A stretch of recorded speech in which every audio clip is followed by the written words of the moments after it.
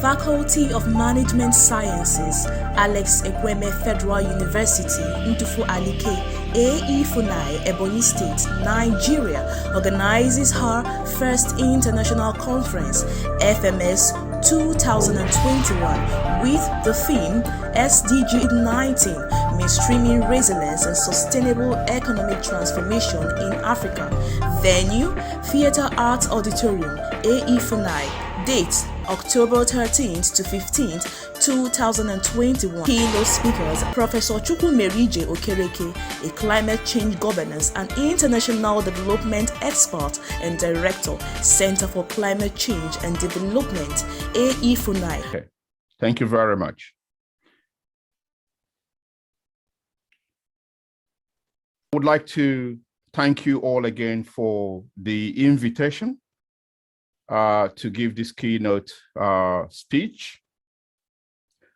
We are running well behind in time, so I will try and keep my intervention very short.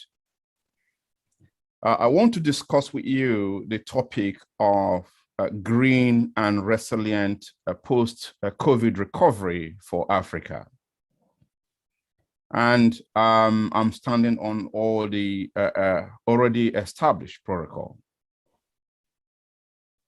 I want to make a very simple argument. And the argument is that the combined impact of climate change and COVID-19 puts Africa in a very precarious situation politically, socially, and economically.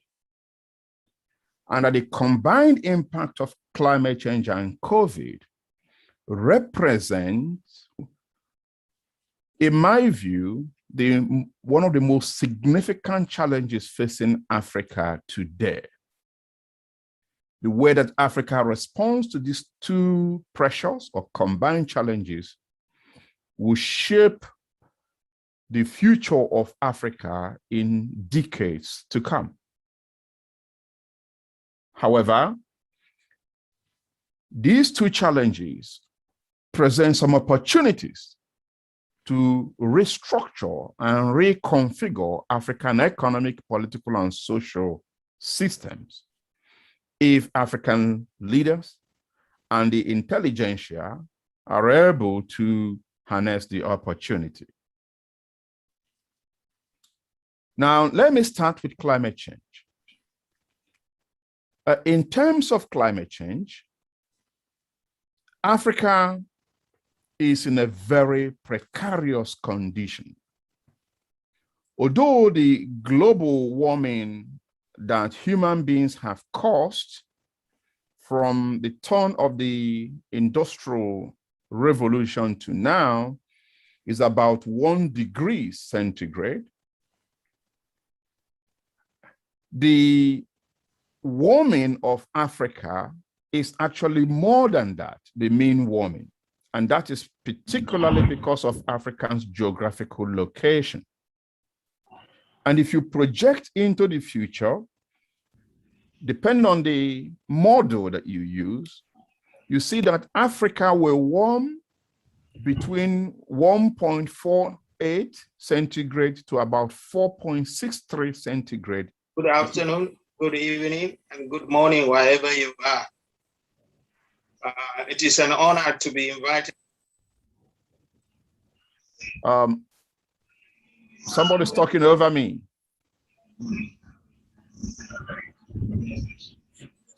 Hello. Hello? Can I get a response that I'm being heard? Yes, I can hear you. Yes, please go ahead. You're loud and clear. Okay, thank you. So I was saying that the average global warming in Africa is actually much higher than the average global warming around the world because of Africa's peculiar geographical location.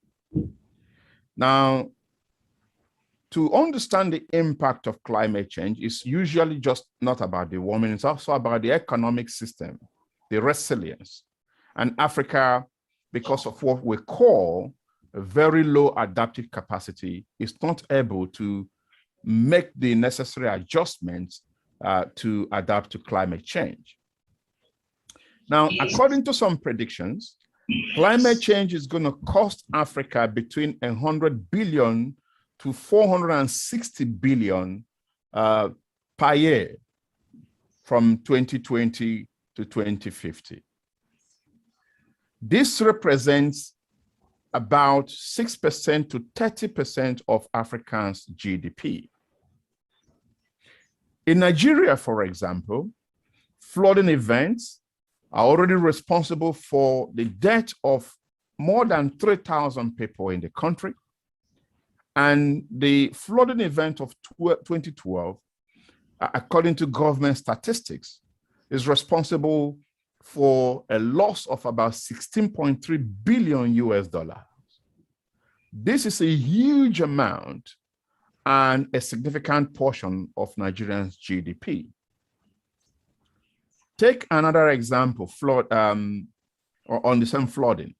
You see that 25 million Nigerians are at the risk of flooding. 400,000 in Lagos alone.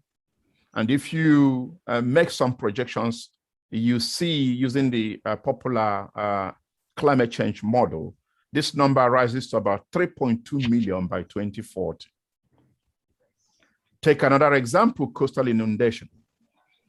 3,400 square kilometers of Nigeria is already inundated, and this number will rise to about 18,400 square kilometers at a projection of a sea level rise of about 1 meter. The consequence will be that by 2030, you will have no less than 32 million people that could potentially be displaced. And already, as some of you will know, Nigeria already accounts for a very high significant number in terms of internally displaced people in the world. Then you look at agriculture, where 70% of Nigerians are engaged in agriculture, and agriculture accounts for about 21 to 26% of Nigerian GDP. 86% of Nigerian agriculture is not under irrigation, which means that it is very vulnerable to changes in weather patterns. And this is why climatic models in Nigeria suggest that by 2050, between 20 to 50% of agricultural loss will be experienced in Nigeria as a result of climate change. You can see that if you bring all of these forces together, you begin to get a sense of the scale of challenge that is confronting Nigeria. Desertification is another big issue. Climate change is helping to push more and more a part of the northern Nigeria into desertification. And the consequence is that the herders are moving more steadily down south in search of fodder for their cattle. And this, in combination with the drying of Lake Chad, which is also caused by climate change, are pressures that are helping to explain, among other things, the increased level of violence and insecurity that we are having in Nigeria. There is also a close relationship between climate change and health. As of 2000, Nigeria's overall health system performance was ranked 187 among 191 member states. So we are really rock bottom, if you like. And the incidence of climate change can exacerbate malaria, fever, and a huge number of other diseases such as typhoid and amoebiasis. So you can see that climate change has implications for health, implication for agriculture, implication for water resources, implication for food, implication for habitation, and also can cause displacement and insecurity. This is the impact, but there is another side to the coin, which is the flip side. And the flip side is actually that even if we are somehow able to find a way of managing these diverse impacts of climate change, Nigeria is still extremely vulnerable to the global green transition pressures and phenomenon that is already taking hold. You know that we have about 14 countries and 23 principalities that have already announced that they will not use diesel or gasoline-fueled car in their jurisdiction from 2035 onwards. This represents a huge chunk of the people that buy our oil. Nigeria, as you know, is a mono economy that is hugely dependent on oil resources. 86% or so of our foreign exchange earning is comes from oil. Many of you who are familiar with what is happening around the world would know that there is already a pressure for many governments to defund gas and defund investment in oil. And in fact, as I speak with you, many multinational oil companies in Nigeria are already beginning to divest. Nigeria is struggling to attract money to open more oil and gas mines. And many of you would have heard the Vice President, Professor Sibanjo, crying out because of the lack of funding or investment to mine Nigerian gas. And Nigeria is one of the most most gas-endowed country in the world. And so even if we're able to manage all these impacts of climate change, the fact that the rest of the world is moving away from fossil fuel and embracing the concept of green transition presents itself a potent challenge to Nigeria and indeed many other African economies. Calculations done by some of my friends and colleagues at Oxford University suggest that at a global 2 degrees carbon budget, Africa will suffer over $1.3 trillion worth of stranded assets. These are investments that already been made, but it's going to be wound down, and they will not be able to live to the end of their life cycle because there is pressure to bring down those investments and end them as a result of oil, as a result of green transition. Again, some of you will know that China recently announced that it's going to stop to fund coal fire power stations around the world. Now, remember that up to now, China alone was responsible for the funding of over 75% of coal stations around the world. So the pressure is on. And if the world experiences this green transition, you could find a situation where Nigeria will lose about 100 billion as a result of job losses related to oil. Calculations that we have seen show that about 12 billion will be lost to infrastructure. And also another 19 billion that will be lost as a result of the debts that the oil companies owe to banks. So there's a huge perturbance that you can expect in the financial market system, in infrastructure, in jobs and livelihood dimensions, occasioned by the green transition. So that is climate change.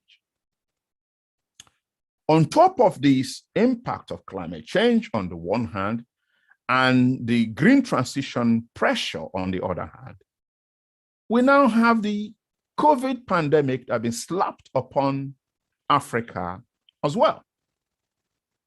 Indeed, Africa has not experienced the number of deaths associated with climate change, with COVID, when you compare with other countries. But the economic consequences have been extremely devastating. COVID-19 has disrupted a long stretch of years of steady economic growth in Africa and triggered an unprecedented economic recession with far-reaching social development impact or consequences in the continent. Of course, people were saying that there will be dead bodies on the ground, on the street in Africa. That hasn't happened. But economies in Africa were growing at about 3% GDP before COVID-19, but most of them are now projected to suffer between 2% to 8% recession as a result of the pandemic. And indeed, my colleagues or friends at the African Development Bank indicates that the continent's economy may well contract between 107 to $237 billion by 2021. The region is expected to witness mass inflation. It's already occurring in Nigeria. You go to buy bread today, you get at 250 naira. You go the next day, they say it's 350 naira. This is almost kind of runaway inflation, up to 7%, alongside a dramatic fall in remittance on foreign direct investment in 2021. And so you see that whilst we were battling, or still battling with the issue of climate change, COVID has come now to almost compound the situation. There are some projections that indicate that up to 30 million jobs will be lost, and some actually say up to 49 million jobs. I did read in the newspaper one analysis by, I think, UNDP, suggesting that up to 50% of people in the informal economy suffered major job loss in Nigeria as a result of COVID. So in the UK, we used to say that this is a double whammy situation. People often talk about 2020 being the year of COVID, but actually, that's almost a wrong expression. We need to be talking about the decade of COVID because the impact is still ongoing. And there are what we call the first order impacts, the second order impacts, and the third order impacts. So for example, in the realm of economy, the first order impact will be a drop in your GDP or drop in trade balance, which may worsen, a loss of job and livelihood, wealth depletion, increased health and related spending. But then there's a second order impact that has to do with domestic supply chains collapsing, economic activity stalling, increased non-formal activity. And then there may even be a third order effect, such as recession, increase in debt, and financial distress. So if you look at Nigeria, for example, COVID is one of the reasons why we have borrowed significant amount of money since the beginning of 2020. And if many of you who have a good understanding of the economics and the management system in the country will know that Nigeria will still borrow more money. I think we are now in a situation where we are using up to 85% of our money to service debt. So that is grossly unsustainable. So because I promised to be very short, I could develop some of these arguments in much more depth, but I don't want to do that. Let me now turn to some of the opportunities that the situation presents. You know, the funny thing about life is actually that some of the most important challenges you will find in life can also represent some of the most important opportunities. It turns out that actually Africa and indeed Nigeria have some comparative advantages when it comes to dealing with the twine problem of climate change and COVID-19. And this is why in my center at the university, the Center for Climate Change and Development, I've been working very hard with a number of our partners across the world, emphasizing the need for a green, resilient recovery for Nigeria and indeed Africa. Let me itemize very quickly 3 or so core areas that can provide the trust for this green recovery. The obvious frontline candidate has to be green energy. I think Professor Nebo will be speaking perhaps immediately after me, and he possibly might be able to go into more detail on this, given his previous role as Minister for Power. But when people say that Nigeria or Africa is a dark continent, it can speak to the color of our skin, but it can also speak to the amount or number of people that are still not connected to modern electricity supply. The worst in the world, where many countries are about 40%, 25%, 30% connected. And many of those that are connected don't actually enjoy the steady supply of electricity. COVID-19 recovery policies presents an opportunity to combine climate action with the effort to solve this perennial energy problem in the continent by scaling up the effort to generate both on-grid and off-grid electricity through modern non-renewable sources like solar, wind, tidal, geothermal sources for green energy investments as a pivotal action in promoting climate resilient development and also a healthier situation. Actually, some of my friends in the IEA have calculated that Africa has enough sun and wind to generate all the energy it needs and actually also export to Europe. There is notable progress in this area in the realm of clean development, clean energy in Africa. Professor Nebo, I think, championed some of those, but overall, the progress remains slow. Clean energy investment has a multiplier effect on other sectors for African economic advancement, including job creation. Africa's recovery effort are set to benefit more from low carbon energy sources such as solar and hydro, for example, for agri-production, industrialization, etc. So critical investments in energy to address energy poverty for more than the 620 million people on the continent that are still unconnected to modern electricity has the potential for unlocking clean growth pathways that are reliable and sustainable and help Africa to bounce back in a sustainable way.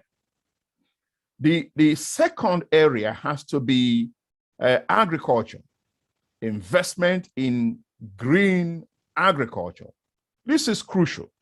You remember I did mention that in Nigeria, up to 70% people are involved in agriculture, and that this accounts for about 26% of our GDP. It's interesting, oil, everybody's talking about oil, 86% of our foreign exchange earning, but actually employs less than 0.1% of the population and accounts for less than 0.9% of our GDP. But agriculture is the area where we need to be investing our energy. Scaling up investment in climate smart agriculture should be a priority for all actors in Africa, including the university. Ebonyi State is well noted as an agricultural state.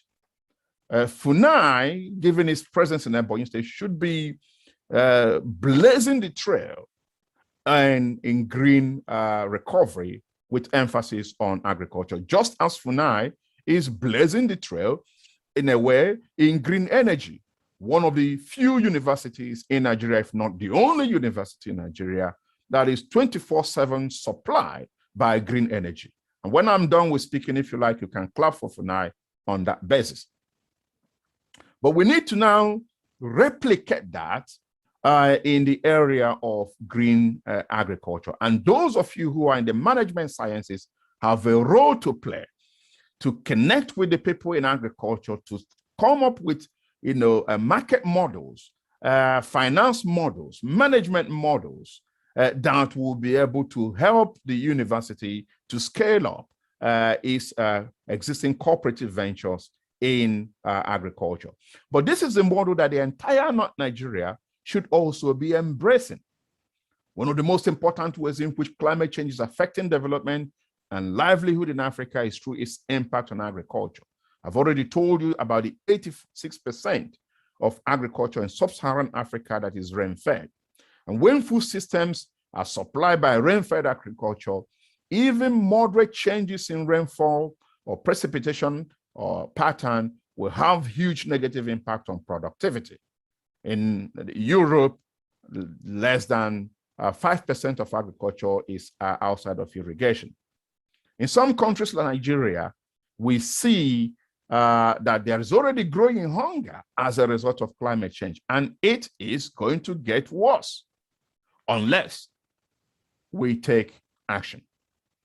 And then the third place I want us to be focusing emphasis is on green transportation. Up to 25% of Nigerian emission and African emission is still comes from transportation. And the idea that 90% of our goods should be freighted by road is a misnomer. We have Nigeria, for example, which is about 5 or so times the size of England, having just about 5,000 kilometers of rail. You compare that to the United Kingdom, that, as I said, is about 4 times smaller than Nigeria. It has about 17,000 kilometer rails, out of which about 5,000 are electrified. We must invest massively in green transportation. And by the way, why do we always have those KKs in the campus? Why can't we encourage our students to ride bicycles? From phase 2 to phase 1 of FUNAI, you can ride bicycles quite easily there. And we need to begin to really model FUNAI as a green university and encourage our students to be more active than jumping keke all the time and wasting money on fuel.